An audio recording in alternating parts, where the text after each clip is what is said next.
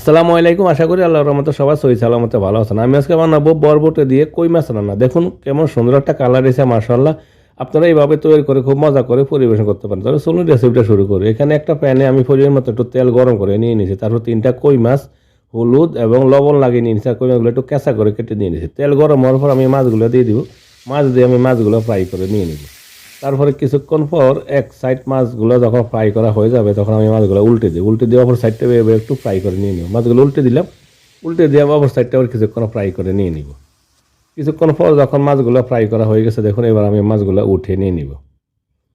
মাছগুলো উঠিয়ে নিয়ে নিলাম। উঠিয়ে নিয়ে সেম প্যানে আমি দিয়ে দিলাম বড় সাইজের একটা পেঁয়াজ কুচি। পেঁয়াজগুলো একটু চিকন করে কুচি করে নিয়ে নিয়েছি। এবার পেঁয়াজগুলো প্রায় 3-4 মিনিটের মতন ফ্রাই করে বাদামি কালার করে নিয়ে নিব।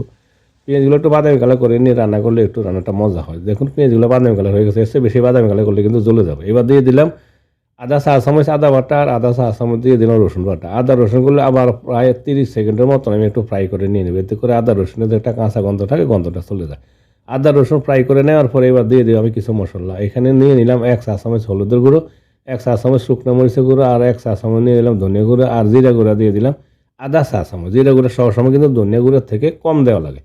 এবার আমি মশলাগুলো যাতে পুড়ে জ্বলে না যায় তার জন্য একটু পানি দিয়ে দিব। আর পানি দিয়ে আমি মশলাগুলো ভালো করে কষে নিয়ে নিব। তারপর একটু নাড়া দিয়ে আমি এতে দিয়ে দিব স্বাদ মতো কিছুটা লবণ। আমি যতটুকু লবণ প্রয়োজন আপনারা পরিমাণ মতো একটু লবণ দিয়ে দিন। লবণ দিয়ে এবার মশলাগুলো কষে নিয়ে নেব প্রায় 4 থেকে 5 মিনিট মতো। যত ভালো করে মশলাটা কষে নেবেন তত তরকারি এটা মজা হবে রান্নার পরে। মশলাগুলো কষে নেওয়ার পরে আমি এবার দিয়ে দিব বরবটি। এখানে কিছুটা বরবটি নিয়ে নিছি, ওজন করি নাই। তারপরে অনুমানিক প্রায় 300 থেকে 350 গ্রামের মতন হবে। আধা কিলোর থেকে কিন্তু কম। এবার আমি মশলার সাথে একটু লাড়াচাড়া দিয়ে ঢাকনা লাগিয়ে চুলার হিটটা হাইতে রেখে 5-6 মিনিট প্রথমে একটু কষে নিয়ে নিব। এতে করে একটু মশলাটা ভালো করে বরবটির ভিতরে ঢুকে 5-6 মিনিট কষে নিয়ে আমি এবার একটু নাড়াচাড়া দিয়ে দিব।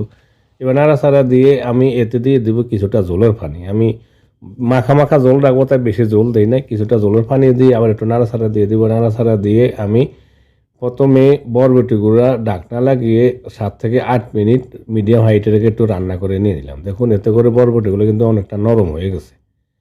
তারপরে আমি ফ্রাই করা কই মাছগুলো দিয়ে দিব। ফ্রাই করা কই মাছগুলো দিয়ে চুলার হিটটা মিডিয়াম হাইতে রেখে আমি ঢাকনা লাগিয়ে 15-16 মিনিট রান্না করে নেব। অফ ক্যামেরা কিন্তু আমি আরও 2বার নাড়া দিয়ে চেক করে নিয়ে নিয়েছি, একটু নাড়াচাড়া দিয়ে দিয়েছি। এবার চলে আসলাম প্রায় 15-16 মিনিট পর, আবার এবার ডাঁটা ধরে একটু নাড়া দিয়ে দিলাম। তারপরে আমি দিয়ে দিব এতে একটা টমেটো। টমেটোটা একটু চিকন করে কেটে নিয়ে নিয়েছি, ছোটো একটা টমেটো।